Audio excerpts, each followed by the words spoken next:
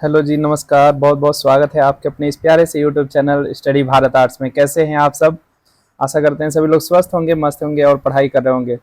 आज काफ़ी दिनों बाद एक बार मैं आप लोगों के सामने फिर लाइव हूँ। और आज जो आप देख रहे हैं ये है ज्योग्राफी का मंथली टेस्ट आपके 22 मई, यानी आज जो टेस्ट हुआ है ज्योग्राफी का बिहार बोर्ड में, तो उसका ये सोल्यूशन है। यहाँ पे आपको 30 ऑब्जेक्टिव प्रश्न दिए गए थे जिसमें से 25 करने थे और बाकी 60 और लॉन्ग के रूप में क्वेश्चन है। तो मैं ऑब्जेक्टिव आप लोग को करा दे रहा हूँ और सब्जेक्टिव के हल आप लोगों को मैं करके दे दूंगा, ठीक है। तो एक बार इस वीडियो को शुरू से लेकर के लास्ट तक जरूर देखें कि कैसे प्रश्न आपके आ रहे हैं। आप लोग देख सकते हैं कि यहाँ जो बैकग्राउंड में लगा हुआ है ये पेपर आज का ही है और ऐसे ही प्रश्न आए थे। तो ये बहुत ही इंपॉर्टेंट प्रश्न है और वैसे अगर जो भी मेरी नोट्स पढ़ा होगा लगभग इन सभी में वे प्रश्न मिले हुए हैं। शायद ही कोई ऐसा प्रश्न हो जो इसमें ना हो। तो आप लोगों से रिक्वेस्ट है कि इस वीडियो को ज़्यादा से ज़्यादा शेयर कीजिए, अपने इस प्यारे से यूट्यूब चैनल को लाइक कीजिए, शेयर कीजिए, सब्सक्राइब कीजिए। चलिए शुरू करते हैं आज का टेस्ट। तो आज है हमारा, शुरू करने से पहले एक बार सभी से रिक्वेस्ट है कि अपने इस प्यारे से YouTube channel study Bharat arts को ज़्यादा से ज़्यादा सभी तक शेयर कीजिए, लाइक कीजिए, सब्सक्राइब कीजिए। और जो भी मित्र बिहार बोर्ड या एनसीईआरटी पैटर्न पे पेपर देने वाले हैं, इन प्रश्नों को जरूर से जरूर नोट करें और इनको फ्यूचर के लिए जरूर रखें। हर मंथ होने वाले इन टेस्टों का अगर आप संग्रह करते हैं तो ये आपके बोर्ड एग्जाम में काम आएंगे। तो चलिए बढ़ते हैं आगे, शुरू करते हैं आज के टेस्ट को और देखते हैं कैसे कैसे प्रश्न आए हैं। तो चलिए, यहाँ आप देखेंगे कि ये रहा आपका, अगर हम बात करें तो आप देख सकते हैं यहाँ पे, देखिए जी, यहाँ साफ साफ लिखा है कि मंथली टेस्ट। आप देख सकते हैं मंथली टेस्ट है ये मई 2024 का, यानी कि इस महीने के ज्योग्राफी के ये टेस्ट हैं। और आप देख सकते हैं कि इसमें क्या लिखा है, प्रश्न संख्या 1 से 30 तक के प्रत्येक प्रश्न के साथ 4 विकल्प दिए गए, यानी एबीसीडी दिया गया है, जिसमें से एक सही है। अपने द्वारा चुने गए सही विकल्प को, अपने द्वारा चुने गए सही विकल्प को ओएमआर के माध्यम से, यानी ऑब्जेक्टिव सीट पे आप क्या कीजिए, नीला या काला बॉल पॉइंट से आपको चिन्हित करना है। लेकिन करना कितना है, 25 प्रश्न को ही आपको सॉल्व करना है। यहाँ पे 30 प्रश्न दिए गए हैं लेकिन आपको 25 ही सॉल्व करने हैं आपके एग्जाम के टेस्ट के अनुसार। तो पहला प्रश्न देखिए, बहुत ही बेहतरीन प्रश्न है आपके और बहुत ही आसान प्रश्न। निम्न में से कौन भारत का पड़ोसी देश है? देश नहीं है, ठीक है। देखिए यहाँ पूछा जा रहा है कि कौन पड़ोसी देश नहीं है आपके भारत का। तो यहाँ आप देख सकते हैं कि जो पाकिस्तान है ये हमारा पड़ोसी देश है। मैंने आप लोग को पड़ोसी देश बताए भी हैं, कई बार मैपिंग कराते इसमें बताया है, और नहीं बताया तो मैं आप लोग के लिए एक ट्रिक डाल दूंगा कि कैसे हम देखते हैं कि ये भारत के पड़ोसी देश कौन है। तो ये हो गए पाकिस्तान, आप देख लिए बांग्लादेश, ये सभी हमारे पड़ोसी देश हैं। भूटान भी है लेकिन ये जापान आप देखेंगे नहीं है। तो सी इज द राइट आंसर यहाँ पे हो जाएगा, सी आपका सही जवाब यहाँ पे प्रश्न का होगा। चलिए आगे बढ़ते हैं अगले प्रश्न के रूप में। ये है हमारा अगला प्रश्न, किस महाद्वीप में विश्व की सबसे अधिक जनसंख्या पाई जाती है? तो यूरोप में नहीं, अफ्रीका में नहीं, ये बड़ा है सबसे महाद्वीप, एशिया महाद्वीप सबसे बड़ा है, एशिया अफ्रीका तब आता है। तो ऑस्ट्रेलिया नहीं।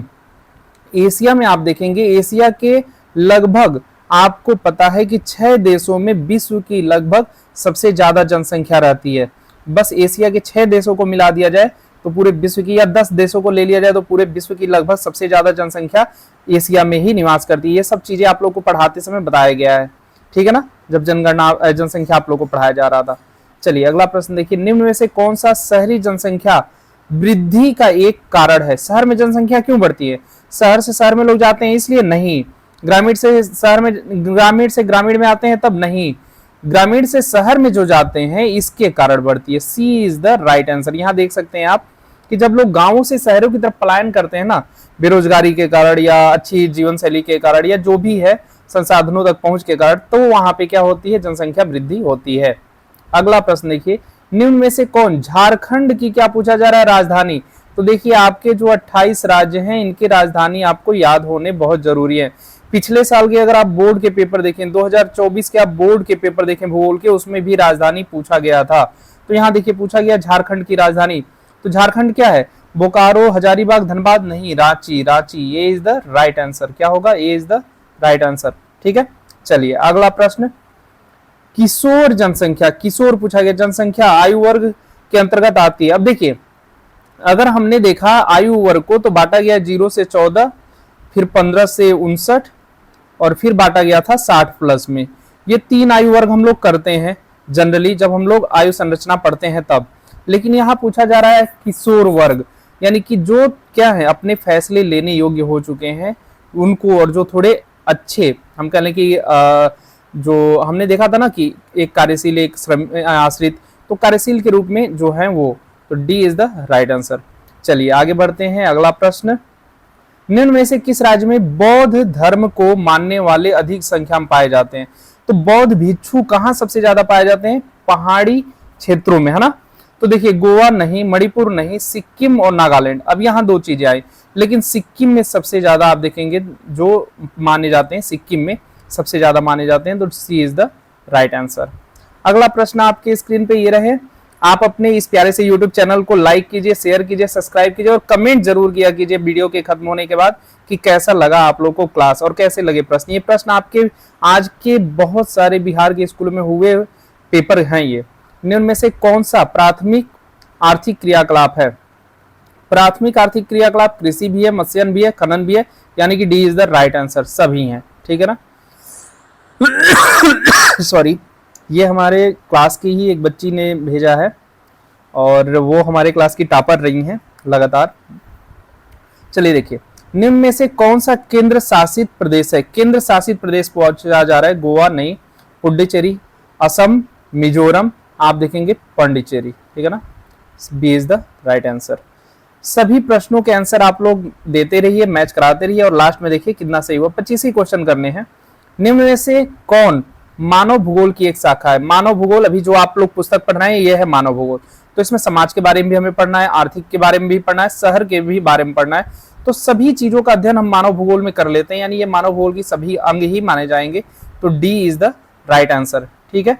अगला देखिए जी, निम्न में से किस राज्य में साक्षरता दर सबसे अधिक है? साक्षरता दर सबसे ज्यादा कहाँ पे है? पढ़े लिखे लोग सबसे ज्यादा कहाँ है? तो आप देखेंगे केरल में। जो केरल की जनसंख्या है वो सबसे ज्यादा क्या है? पढ़ी लिखी मानी जाती है, ठीक है।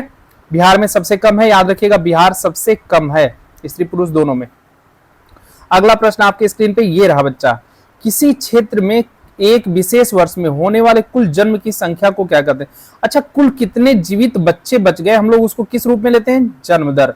तो यही जन्म दर होगा, ये इज द राइट आंसर, ठीक है। जन्म दर के रूप में जैसे कुल, जैसे हम लोग निकालते हैं जब जन्म दर क्या करते हैं, प्रति 1000 बच्चों पे जो भी क्या करते हैं जीवित बच्चे रहते हैं उनकी संख्या हम लोग देखते हैं। तो इस रूप में हम लोग लेकर के चलेंगे।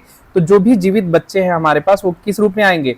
वे आएंगे हमारे जन्म दर के रूप में। Is the right answer. अगला प्रश्न आपके स्क्रीन पे ये रहा।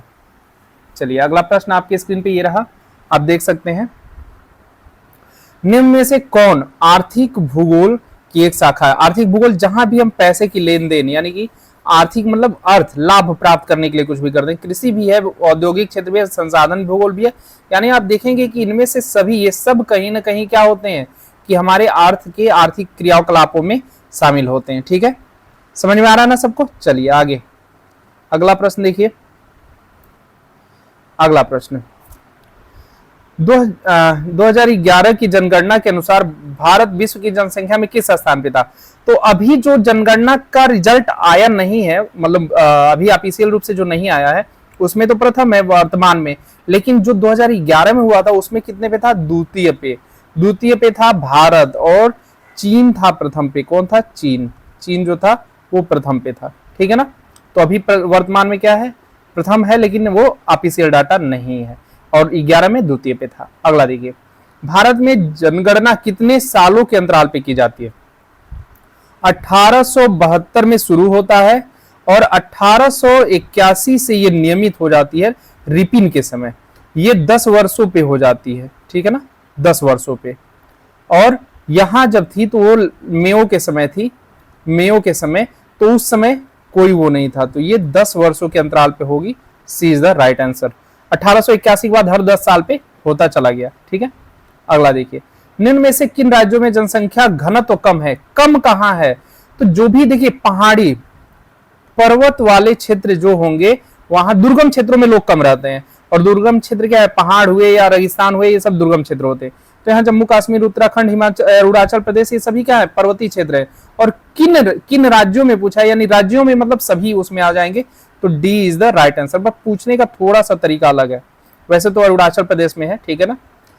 उष्ण उष्ण जलवायु, वायु नहीं होगा, वायु होगा, क्षेत्र में जनसंख्या घनत्व कैसा होता है।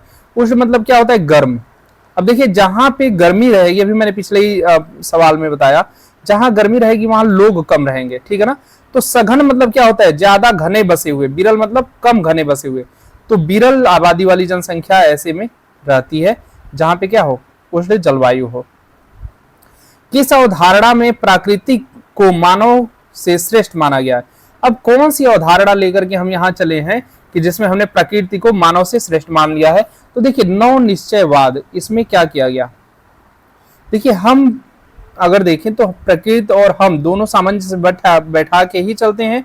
अगर हम सामंजस्य बैठा के नहीं चलेंगे, प्रकृति को हम हरा नहीं सकते, लेकिन हाँ प्रकृति हमें हरा सकती है। तो इसीलिए हमें प्रकृति के अनुसार ढल के चलना चाहिए, आगे बढ़ना चाहिए, ठीक है। प्रति इकाई क्षेत्र में उपस्थित व्यक्तियों की संख्या को क्या कहते हैं, तो लिंगानुपात कहते हैं, नहीं। जनसंख्या घनत्व, हाँ जनसंख्या घनत्व कहते हैं, आयु संरचना नहीं, साक्षरता नहीं। जब भी किसी निश्चित एरिया में कितने लोग निवास कर रहे हैं ये बताने के लिए हम लोग जनसंख्या घनत्व को लेते हैं, यानी B is the right answer, ठीक है।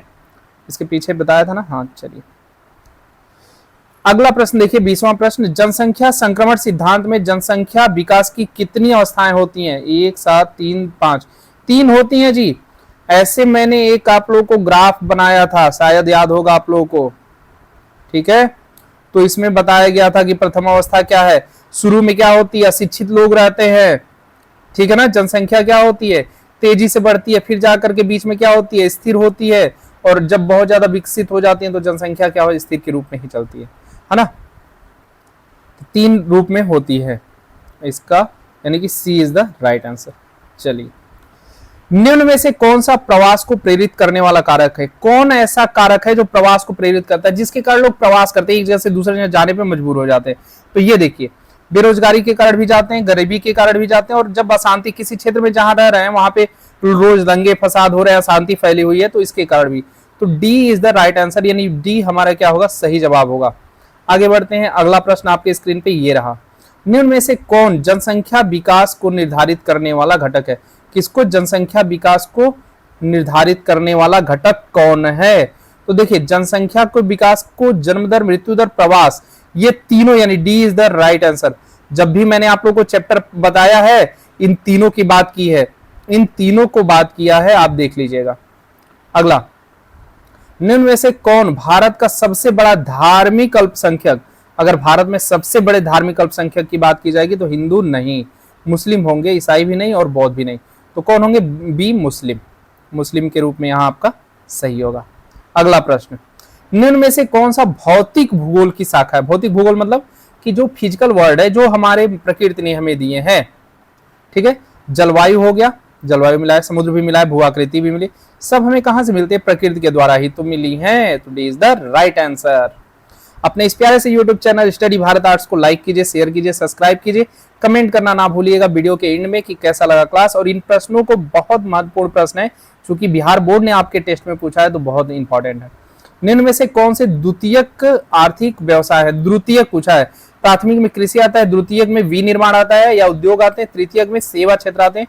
तो देखिए बैंक एक सेवा है, दुग्ध और मत्स्य पालन ये क्या है, प्राथमिक है, उद्योग जो होगा यहाँ पे D is the right answer, ये द्वितीयक का होगा। निम्न में से किस क्षेत्र में विरल जनसंख्या, विरल देखिए मैंने अभी आपको बताया सघन होता है, एक होता है सघन, सघन मतलब खूब ज्यादा घना बसा हुआ, विरल मतलब कम घना। तो कम घना कहाँ पे होंगे, रेगिस्तान में, हाँ नदी घाटी में लोग रहते हैं, औद्योगिक क्षेत्रों में भी लोग आ जाते हैं वहां पे रोजगार के सिलसिले में। तो यहाँ पे जो होगा ए इज द राइट आंसर, यानी कि रेगिस्तान हमारा सही होगा। राजस्थान हम कह सकते हैं, रेगिस्तान, ठीक है ना। चलिए, भारत में अंतिम जनगणना कब हुई थी। देखिए अभी चल रहा है 2021, लेकिन 2021 में कोरोना एपिडेमिक के कारण जनगणना नहीं हो पाई थी, और एक में हुआ था, 91 में हुआ था, लेकिन लास्ट जो हुआ था, जो अंतिम जनगणना भारत की हुई थी, 11 में हुई थी। तो सी इज द राइट आंसर। अभी जो जनगणना है रिसेंटली आने वाला है, और आएगा तो भारत पहले स्थान पे आ जाएगा जनसंख्या में। निम्न में से कौन एक नगरीय समस्या है। नगर की समस्या क्या है, नगर में देखिए लगभग ध्वनि प्रदूषण होना ही है, बहुत ज्यादा गाड़ियां होती हैं। वायु प्रदूषण, वायु लिखा है, वायु प्रदूषण होगा। जल प्रदूषण, ये सभी लगभग सभी प्रकार की वहां पे परेशानियां होती हैं, तो D is the right answer. आप सभी लोग अपने इस प्यारे से यूट्यूब चैनल को लाइक कीजिए, शेयर कीजिए, सब्सक्राइब कीजिए। सभी से रिक्वेस्ट है कि अपने सभी मित्रों तक इस लिंक को शेयर कीजिए, जो भी बिहार बोर्ड से पढ़ते हैं, जो भी यूपी बोर्ड से, जो भी एनसीईआरटी पैटर्न पे पढ़ते हैं, उन सभी तक ये लिंक शेयर कीजिए। निम्न में से कौन कृषि कार्य के अंतर्गत आता है? कृषि पूछा जा रहा है, कृषि प्राथमिक आता है, और उस प्राथमिक में देखिए शहद का उत्पादन करना, यानी शहद कैसे, जो हम क्या करते हैं कि मधुमक्खी पालन करते हैं, उससे रेशम कीट पालन, मशरूम उत्पादन, ये सभी क्या है, कहीं ना कहीं कृषि में आ जाएंगे, तो D is the right answer, है ना। चलिए, किसी भी देश की जनसंख्या की गुणवत्ता की पहचान का सूचक निम्न में से कौन है? किसी भी देश की जनसंख्या का गुणवत्ता, वहां की जनसंख्या जो है कितनी अच्छी है नहीं है, कैसे पता चलता है? तो वहां शिक्षा, मतलब जो लोग हैं उनके अंदर शिक्षा का स्तर क्या है, मतलब ज्ञान कितना है, किस रूप में है, पहली चीज ये हो गई। दूसरी चीज जो होती है प्रति व्यक्ति आय, ये दोनों मायने रखते हैं। तो देखिए ए और बी दोनों सही होंगे, यानी यहाँ पे सी इज द राइट आंसर। आगे बढ़ते हैं। अच्छा, ये 31 प्रश्न कहां से आ गया? निम्न में से किसने जनसंख्या विकास का सिद्धांत दिया? देखिए जनसंख्या विकास का सिद्धांत किसने दिया था? माल्थस ने दिया था, रीटर नहीं, हम्बोल्ट नहीं, रेडजल नहीं। तो माल्थस यहाँ पे सही होंगे, ए इज द राइट आंसर। इनकी पुस्तक जो है उसमें साफ साफ इन्होंने लिखा है। तो प्यारे बच्चों ये थे आपके, देखिए आगे देख लें। हाँ, ये आपके थे बेहतरीन एमसीक्यू प्रश्न जो आपके टेस्ट में पूछे गए थे। मात्र आपको कितना करना था? 25 प्रश्नों के आंसर देने थे। तो बहुत आसानी से अगर आप थोड़ा भी पढ़े होंगे ना मेरे नोट्स को, या थोड़े भी मेरे क्लास को किए होंगे, तो इसमें से 25 प्रश्न तो आप एकदम इजीली कर लोगे। या जो मैंने टेस्ट कराए, जो मैंने एमसीक्यू दिए हैं, उनने भी किए होंगे, तो आपके सारे क्वेश्चन मिल जाएंगे। एक बहुत ही मोटिवेशनल लाइन है आप लोग के लिए, जरा देख लीजिए कि समय न लगाओ ये तय करने में कि आपको क्या करना है, नहीं तो समय ये निर्धारित कर देगा कि आपका क्या करना है। ठीक है, क्योंकि समय किसी के लिए रुकता नहीं है, तो समय लगाना नहीं है, और हंसते मुस्कुराते हुए अपने इस जीवन को आगे बढ़ाना है। अपने लक्ष्य को निर्धारित, जो भी लक्ष्य आपने किया है उसके प्रति एकदम ईमानदार होकर के मेहनत कीजिए और आगे बढ़िए। सफलता एक दिन जरूर आपको मिलेगी। अगला देखिए जी, जो ये 60 प्रश्न है, ये क्या है? 60 प्रश्न। इसको मैं सॉल्व नहीं करा रहा हूं, मैं बाद में इसको सॉल्व करके दे दूंगा, ठीक है ना, या फिर किसी दिन आपको सॉल्व करा दूंगा। चूंकि पेपर आपको दिखाना था तो पेपर देखना बहुत जरूरी है। देख लीजिए, इनमें दिया है कि प्रश्न संख्या 1 से 10 तक लघुत्तरीय प्रश्न है, किन्हीं 5 प्रश्नों के उत्तर देने हैं, 10 में से 5 को आंसर देना है। ये 2-2 नंबर के हैं, वो 1-1 नंबर का एमसीक्यू था। जनगणना को परिभाषित कीजिए। जनगणना किसी कहते हैं? तो भाई जो हमारे किसी निश्चित सीमा क्षेत्र में लोग रहते हैं ना, उनकी संख्या को जानने के लिए जनगणना करते हैं। मैंने सबका डिफिनेशन लिखवाया है। जन्म दर से आप क्या समझते हैं? जन्म दर बताया था ना कि जो 1000 प्रति 1000 जन्मे शिशुओं पे कितने शिशु सुरक्षित हैं, वो जन्म दर होता है। द्वितीयक आर्थिक क्रियाकलाप से आप क्या समझते हैं? विनिर्माण उद्योग। कार्यशील जनसंख्या क्या होती है? जो कार्य में सहयोग करते हैं, किसी विकास कार्य में लगे रहते हैं। कोई 2 प्रतिष्ठा समस्याएं बताइए। प्रतिष्ठा नहीं, ये क्या होगा? प्रवास होगा। प्रवास, मैं फिर से लिख दे रहा हूं, प्रवास की समस्या। तो प्रवास की समस्या होती है, कई कारणों से होती हैं, और कई कारण उसके भी होते हैं। निम्न साक्षरता के 2 कारण बताइए। क्यों किसी की निम्न साक्षरता रहती, पढ़ाई लिखाई कहीं कमी क्यों हो जाती है? बहुत सारे अभाव होते हैं। प्रवास से आप क्या समझते हैं? एक जगह से दूसरे जगह जाना।